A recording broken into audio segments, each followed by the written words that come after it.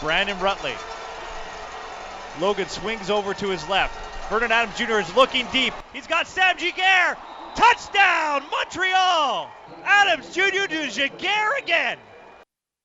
It is Weekend Game Plan with Matthew Ross, the call courtesy of Sean Campbell and Paul Lambert down at Tim Hortons Field yesterday, where the Alouettes wrapped up their season, a non-playoff season, with a 32-25 victory over the Hamilton Tiger Cats. And, well, some positives to build on, I guess. Let's talk Alouettes right now with our next guest from La Presse Canadienne, the Canadian Press. You can follow him at Fred Daigle on Twitter. It is Mr. Fred Daigle. How you doing, Fred? I'm doing great, Matthew. How are you? I am very well, very well. Big win yesterday for the Alouettes. Well, I guess not big because it didn't mean anything, but there were some really good signs in that game. Kind of a sloppy affair in the first half, but overall, they end the season on a positive note. And how important is it for Jacques Chapdelaine to have a 4-2 record now to end this year? Well, many of the reporters covering the team were wondering, with what we've seen so far, how Jacques Chapdelaine could have 2 wins on his 6-game tryout, if we could say so.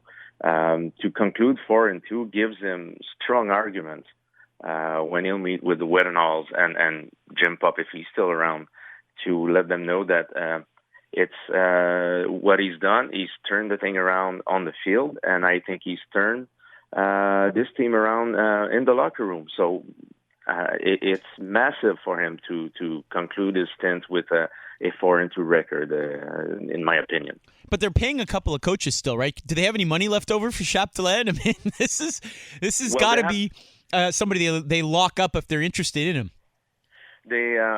I think that, and I may be wrong on that, but and now that I want to talk about him, his name eludes me. Dan Hawkins, Tom Higgins. Yeah.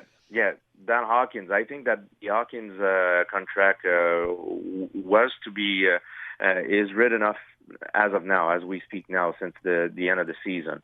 Tom Higgins, he might have 1 year left, but then Jim Popp was under contract with the Alouettes, and the Weddinhalls must have noticed that Jim Popp as a head coach doesn't work. So I think that they won't take that into consideration. Jacques Chapdelaine was being paid by the Alouettes. He'll get a hefty raise if he gets the head coach title permanently.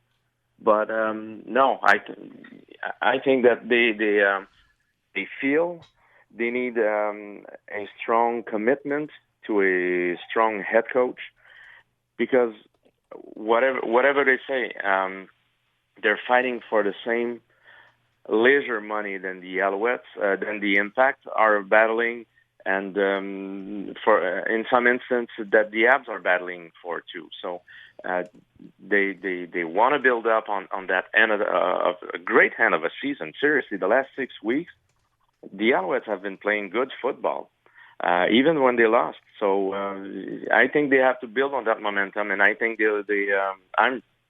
I'd be surprised if they don't confirm Jacques Chapdelaine comes back this morning, because if you remember last year at the the post-mortem of with the Montreal Alouettes, the first thing that Mark Whiteman said, or the second thing, was that Jim Popp was coming back. So they must confirm Chapdelaine today, in my opinion. Weekend Game Plan on TSN 690. Matthew Ross, Sean Coleman, Dave Trentadue in conversation with Fred Daigle of La Presse Canadienne. Dave? Fred, speaking of Jim Popp, is he a sure thing to come back as general manager of this team? No, not at all. I have absolutely no inside information on this, but just listening to what the Weddinhalls have said this season, and the way Jim Popp has conducted himself since he's been asked to step aside as a head coach. Herb Murkowski of the Gazette last week in Montreal, Jim Popp was at the game, and he asked him for a few moments to speak with him, and he politely declined, but it was a firm no. There was no room for negotiation, and even Robert Weddinhall's son. I have problems with name this morning, but at the the Alouettes golf tournament. He when we asked him if Jim Popp was a sure bet next year, and his answer was maybe Jim Popp doesn't want to be back next year. So who knows? I don't know. I mean, Jim Popp as a general manager, if you look at the last 21 years, he has a tremendous record. But if you look at the last 4 or 5 years, there's some scratch on the paint there. It hasn't been that great. So maybe this organization is up for new blood, is up for a complete change of makeup, and maybe Jim Popp's departure would be a part of that. But he still has 1 year of contract left. Mm-hmm. So we'll see if the Alouettes want to pay 2 general managers next year. That must be part of the equation too. Yeah, that was Andrew Wettenhall was Bob's son, the director with the Alouettes. We're chatting with Fred Daigle from Presse Canadienne. Sean? Crompton, Cato, Glenn, Smith, Marsh, the list goes on. The Alouettes have tried a number of players at quarterback, Fred, and I wonder, did we see enough from Vernon Adams Jr. in the last couple games to say he's the starter next year, or does Jim Popp go out and try to find him a more established veteran at the position? I think they will try to find a veteran to help build up both Adams and Rakeem Cato. I think Jacques Chapdelaine is very high on both of those young quarterbacks.